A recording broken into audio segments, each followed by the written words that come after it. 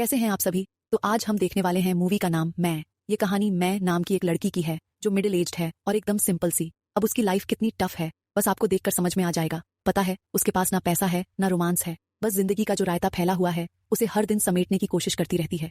अपना गुजारा करने के लिए वह एक मसाज थेरेपिस्ट का काम करती है और क्या कमाल करती है भाई। क्लाइंट को तो ऐसा लगता है जैसे मैं के हाथों में कोई जादू है जो दर्द को पल भर में गायब कर देता है।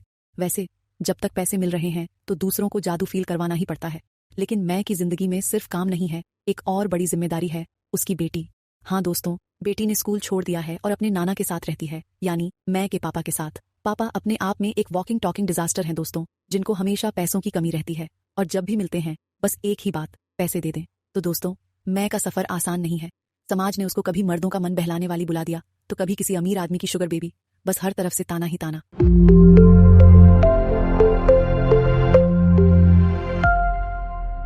चलिए शुरू करते हैं। तो मूवी की शुरुआत में सबसे पहले मैं को दिखाते हैं, हाथ में कुछ सामान और एक क्यूट सी पेट फिश लेकर अपने रेंट वाले घर की तरफ जा रही होती है। वो अपनी सोच में रहती है कि तभी अचानक एक लड़का उससे टकरा जाता है और उस लड़के का नाम डोंग है दोस्तों, जो एक कंप्लीट प्लेबॉय है। हाँ, मतलब एक दिन एक गर्लफ्रेंड तो दूसरे दिन दूसरी वाली। और इस टकराव में होता यह है कि मैं का सारा सामान और उसकी प्यारी फिश नीचे गिर जाती है। वह टेंशन में जल्दी जल्दी अपना सामान उठाने लगती है तो डोंग थोड़ा गिल्टी फील करता है और मदद करने के लिए आगे भी आता है। उसके बाद मैं उसको एक छोटी सी स्माइल देकर थैंक यू बोलकर सीधे अपने घर की ओर निकल आती है। अब दोस्तों, जैसे ही मैं अपना सारा सामान रूम में रखने आती है तभी उसकी मकान मालकिन आ जाती है। बिना किसी फॉर्मेलिटीज के सीधा किराए की बात करती है कि कब दोगी किराया। लेकिन दोस्तों, मैं बिना कुछ कहे चुपचाप पैसे दे देती है। मकान मालकिन के चेहरे पर खुशी तो देखो भाई, जैसे लॉटरी लग गई हो। बाहर जाकर वो सभी लेडीज को बताती है कि इस लड़की के पास बहुत पैसे हैं, लगता है यह किसी की बेबी है। उसके बाद दोस्तों, सभी मोहल्ला लेडीज चुगली मोड में आकर मैं के बारे में बहुत ही बुरा भला कहने लग जाती हैं।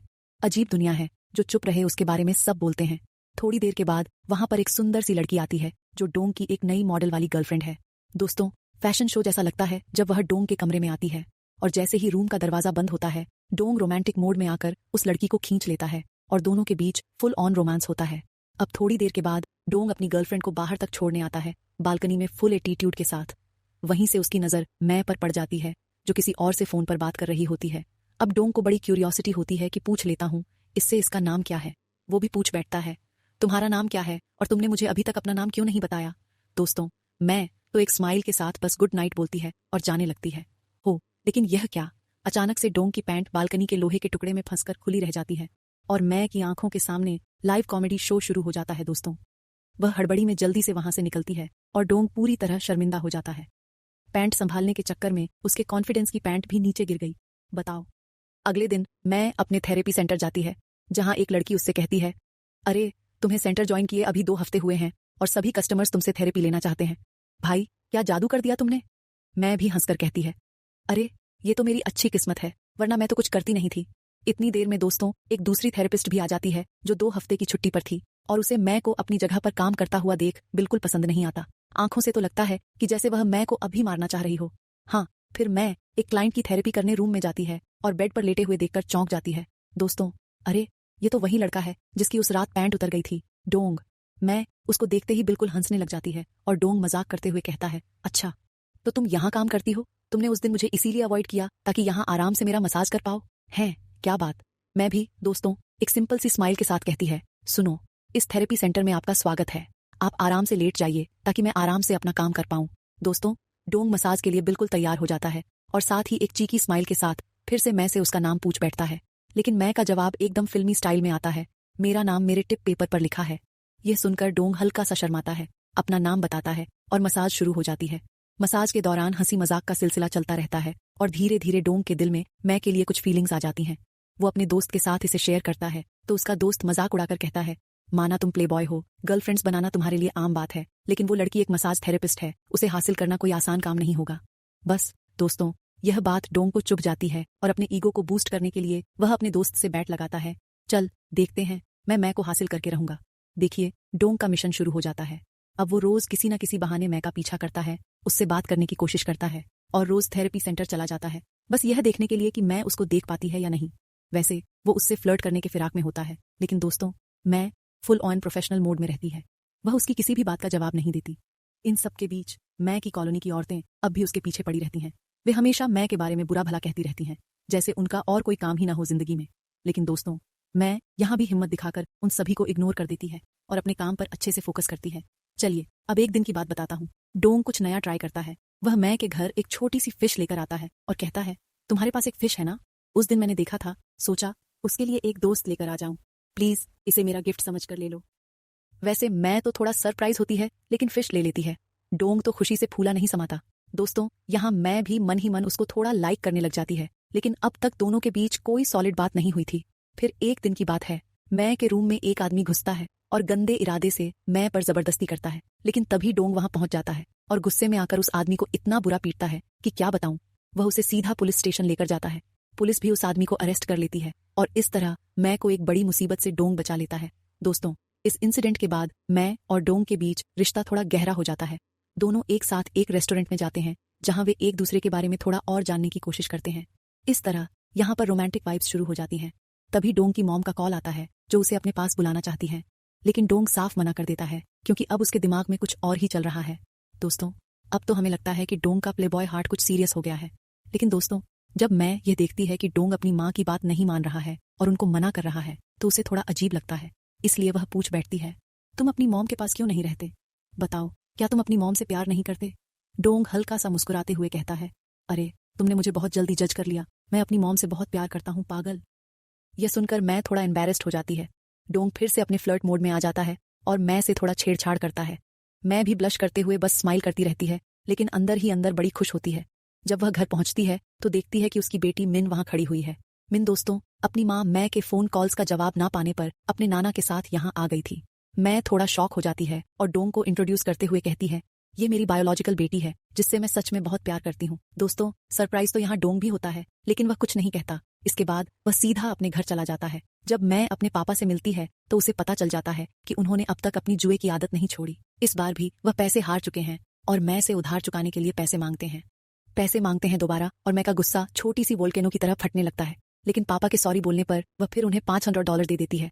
लेकिन हाँ, इस बार वह अपने पापा से प्रॉमिस करती है कि फिर कभी ऐसा नहीं करेंगे। पापा, आप याद रखना। उसकी बेटी मिन वहां से जाने से पहले अपनी माँ को एक इम्पॉर्टेंट बात कहती है, मॉम, आपको अब आगे बढ़ना चाहिए। कब तक आप डैड की बुरी यादों के साथ जीती रहेंगी? प्लीज मूव ऑन करो, खुश रहो। मुझे आपकी खुशी में अपनी खुशी मिलेगी। ये कहकर मिन चली जाती है। दोस्तों, लेकिन मैं के दिल में गहरा असर छोड़ जाती है। कुछ दिन के बाद डोंग अपने दिल की बात मैं के सामने रख देता है। वह कहता है, शायद तुम्हें पता नहीं, लेकिन मैं बहुत रिच हूँ और यह देखकर ही लड़कियां मेरे पीछे भागती हैं। लेकिन तुम सबसे अलग हो और इसी वजह से मैं तुम पर फिदा हो गया हूँ। सच बता रहा हूँ। मैं धीरे से मुस्कुराते हुए कहती है, मैं भी तुमसे प्यार करने लगी हूँ। तुम एक अच्छे इंसान लगते हो। दोनों इस तरह एक दूसरे को प्यार भरी नजरों से देखते हैं और धीरे धीरे एक रोमांटिक किस शेयर करते हैं। थोड़ी देर के बाद वे मेकआउट करते हैं और उसके बाद जैसे उनकी दुनिया सिर्फ उनके बीच सीमित हो जाती है। अगली सुबह डोंग और मैं साथ में नाश्ता करते हैं। डोंग उसे बताता है कि आज उसकी नानी का बर्थडे है जो उसके घर में रहती हैं। साथ ही वह कहता है, आज मैं तुम्हें अपनी मॉम से भी मिलवाने लेकर जाऊंगा। दोस्तों, मैं ये सुनकर बड़ी खुश होती है। दोनों डोंग के घर पहुंच जाते हैं जहां डोंग अपनी मॉम को इंट्रोड्यूस करते हुए कहता है, मॉम, ये मेरी गर्लफ्रेंड है। दोस्तों, मैं भी अपनी तरफ से डोंग की नानी को फ्लावर्स देती है, लेकिन जब डोंग की मॉम मैं का प्रोफेशन और उसकी उम्र जान लेती है तो वह हंसी मजाक करने लग जाती है, जैसे मैं को बड़ा लाइटली ले रही हूँ। मैं को ये सुनकर बड़ा दुख होता है कि ये मेरे प्रोफेशन का मजाक क्यों उड़ा रही हैं। वह वहां से बिना कुछ कहे चली जाती है। जब डोंग उससे कॉल करके पूछता है तो मैं कोई रिप्लाई नहीं देती। डोंग को भी टेंशन हो जाती है। वह उसके घर पहुंच जाता है। मैं इमोशनल होकर कहती है, प्लीज तुम मुझसे दूर रहो। मुझे लगता है कि हम अलग दुनिया के लोग हैं और ये सब मेरे लिए सही नहीं है। यह कहकर दोस्तों वह उससे ब्रेकअप कर लेती है। मैं की बेटी मिन जब यह बात सुनती है तो उसे भी थोड़ा दुख होता है। वह सीधे डोंग से मिलने पहुंच जाती है और कहती है, मैंने अपनी मॉम को इतने दिनों बाद खुश देखा था और तब मैं भी बड़ी खुश थी, लेकिन अब जो हो रहा है वो देखकर मुझे बहुत बुरा लग रहा है। प्लीज एक बार और कोशिश करो ना, शायद मम्मा मान जाएं। ये कहकर मिन तो चली जाती है, लेकिन वह डोंग के दिल में एक नई उम्मीद जगा देती है। अगले दिन दोस्तों मैं अपने थेरेपी सेंटर की जॉब छोड़ देती है और दुखी होकर अकेले बैठी होती है। उसका मन बड़ा उदास होता है, जैसे उसकी दुनिया खत्म हो गई हो। तब वहां डोंग आता है। उसके हाथ में एक गिफ्ट भी होता है और मुस्कुराते हुए मैं से कहता है, मैं तुम्हारे लिए अपनी मेहनत के पैसे से एक गिफ्ट लेकर आया हूँ। प्लीज मना मत करना, क्योंकि मैं तुमसे बहुत प्यार करता हूँ। मुझे बस थोड़ा टाइम दो, सब ठीक कर दूंगा मैं। फिर डोंग अपने हाथों से मैं को एक चेन पहना देता है और उसके सामने एक रिंग रखता है। यह देखकर दोस्तों मैं बड़ी इमोशनल हो जाती है। उसके आंसू निकल आते हैं, लेकिन इस बार खुशी के आंसू होते हैं। वह अपने प्यार का इजहार करते हुए कहती है, प्लीज आज के बाद मुझे कभी छोड़कर मत जाना। दोनों के दिल मिल जाते हैं और वे खुशी से भर जाते हैं। उसके बाद डोंग और मैं लॉन्ग ड्राइव पर मस्त एंजॉय करते हैं। दोनों अपने साथ के पलों को जीते हुए बड़े खुश रहते हैं। इसके बाद डोंग फिर से मैं को लेकर अपनी मॉम के पास जाता है, यह सोचकर कि इस बार सब कुछ ठीक हो जाएगा। लेकिन दोस्तों वहां मैं देखती है कि उसकी बेटी मिन पहले से डोंग की मॉम के पास बैठी हुई है। ये देखकर मैं पहले बहुत सरप्राइज होती है और सोच में पड़ जाती है कि मिन यहाँ क्या कर रही है। फाइनली दोस्तों डोंग की मॉम मैं से सॉरी बोलती हैं। बेटा देखो, मुझे तुम्हारे साथ ऐसा नहीं करना चाहिए था। तुम एक बहुत अच्छी लड़की हो, यह बात मुझे अब समझ में आई। फिर वह मैं की बेटी के स्टडी के लिए एडमिशन कार्ड दिखाती हैं, जिसे देखकर मैं का चेहरा खुशी से चमक जाता है। उसकी आंखों में फिर से आंसू आ जाते हैं और वह रोते हुए थैंक यू बोल देती है। ये सब देखकर डोंग बहुत खुश होता है और अपनी मॉम के पास जाकर बैठ जाता है। तभी उसकी मॉम फिर से एक अजीब बात कह देती है। वह मैं से कहती है, मुझे पता है तुम अपनी बेटी से बहुत प्यार करती हो और उसी तरह मैं भी अपने बेटे से बहुत प्यार करती हूँ। प्लीज मेरे बेटे से ब्रेकअप कर लो। मैं तुम्हारी बेटी को पूरी जिंदगी प्यार करूंगी और उसकी स्टडी का सारा खर्चा भी उठाऊंगी। दोस्तों ये बात तो किसी ने भी एक्सपेक्ट नहीं की थी, मैंने भी नहीं। डंग का गुस्सा आसमान पर आ जाता है। वह बिना कुछ कहे चला जाता है कि मॉम ने ये क्या कह दिया। लेकिन तभी मैं के पापा वहां पर आ जाते हैं। वह आते ही एक बहुत बड़ा राज खोलते हैं। मैंने तुमसे एक बहुत बड़ी बात छुपाई है जो सिर्फ डंग की फैमिली को पता है। जब तुम छोटी थी तो मैंने पैसों के लिए तुम्हें ड्रग्स देकर बेच दिया था 2 बार।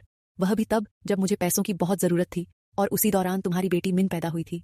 मुझे उस समय बहुत मजबूरी थी, इसीलिए मैंने ऐसा किया। दोस्तों ये सुनकर मैं का तो दिल टूट जाता है। उसे अपने कानों पर विश्वास ही नहीं होता है कि उसके अपने बाप ने पैसों के लिए उसका व्यापार कर दिया था। उसका पूरा विश्वास टूट चुका था दोस्तों और वह बिल्कुल बिखर जाती है। लेकिन अब डंग उसका हाथ थामता है और सबके सामने कहता है, मुझे कोई फर्क नहीं पड़ता कि मैं का पास्ट क्या था। मैं बस इससे प्यार करता हूँ और यह मुझसे प्यार करती है। मेरे लिए इतना ही काफी है और हाँ, मैं से ही शादी करूंगा। डंग की बातों ने दोस्तों मैं को थोड़ा संभाल लिया था। दोनों एक दूसरे के साथ खड़े रहते हैं, चाहे दुनिया उनके खिलाफ ही क्यों ना हो जाए। तभी वहां डंग का दोस्त भी आ जाता है जिससे उसने मैं को पाने के लिए बैट लगाई थी। आपको याद होगा, वह हंसते हुए कहता है, डंग पागल मत बन, तू इससे प्यार नहीं करता। तूने तो सिर्फ इससे एक रात के लिए मेकआउट करने के लिए मुझसे शर्त लगाई थी, याद है क्या? और अब इसकी वजह से अपनी मॉम को इतना हर्ट मत कर। दोस्तों ये सुनकर मैं की बेटी बहुत गुस्से में आ जाती है और डंग से सच बोलने को कहती है। क्या सच है? जल्दी बताइए। डंग कुछ बोलता इससे पहले उसकी मॉम की तबीयत खराब हो जाती है और सभी लोग फिर उन्हें हॉस्पिटल लेकर जाते हैं। यह सारा ड्रामा देखकर मैं तो डिसाइड कर लेती है कि वो अब डंग से शादी नहीं करेगी। वह नहीं चाहती कि उसकी वजह से डंग की मॉम को और तकलीफ हो। हॉस्पिटल के बाहर में डंग से कहती है, देखो हमें ब्रेकअप कर लेना चाहिए। शायद हम इस जन्म में एक साथ हो ही नहीं सकते, लेकिन हाँ, हमारा प्यार हमेशा जिंदा रहेगा। डंग ये सुनकर टूट जाता है और बहुत ज्यादा रोता भी है। मैं उसे समझाती हुए कहती है, देखो तुम अपनी मॉम की पसंद की लड़की से शादी कर लो। मुझे विश्वास है कि तुम हमेशा उसे खुश रखोगे। दोस्तों वह अपने आंसू छुपाते हुए उससे दूर जाने का फैसला लेती है। इसके बाद मैं एक लेटर लिखकर डंग को अपने फैसले के बारे में बताती है और शहर छोड़कर कहीं दूर नई जिंदगी की शुरुआत कर लेती है। लेटर में वह लिखती है, तुम्हारा प्यार पाकर मेरी जिंदगी पूरी हो गई। थैंक यू डंग, मुझे इतना प्यार करने के लिए। अब तुम भी अपनी लाइफ में आगे बढ़ो और अपनी मॉम को खुश रखो। कहानी के अंत में दोस्तों 4 साल बाद का सीन दिखाते हैं। मैं अब एक सफल बिजनेस वुमन बन चुकी है। एक दिन उसके होटल में रुकने के लिए डंग अपनी वाइफ और मॉम के साथ आता है। उसकी वाइफ प्रेग्नेंट होती है। मैं उनको देखकर मुस्कुराती है और डंग को बधाई भी देती है। वह कहती है, मैं बड़ी खुश हूं कि तुमने अपनी जिंदगी फिर से शुरू की। दोस्तों जितना मैं बिछड़ने के लिए दुखी थी, अब वह डंग को आगे बढ़ता हुआ देखकर उतनी ही खुश होती है। उसका सिर्फ एक ही सपना था, डंग को खुश देखना। दो एक दूसरे को नजर भर देखते हैं, लेकिन अब उनका रास्ता अलग है, रिश्ते अलग हैं और इसी के साथ ये कहानी यहाँ पर खत्म होती है। दोस्तों अगर आपको ये वीडियो अच्छी लगी हो ना तो लाइक जरूर कर दीजिए यार, क्योंकि मुझे बहुत मजा आया इसमें। मिलते हैं आपसे अगली वीडियो में। ध्यान रखिएगा अपना and finally thanks for watching.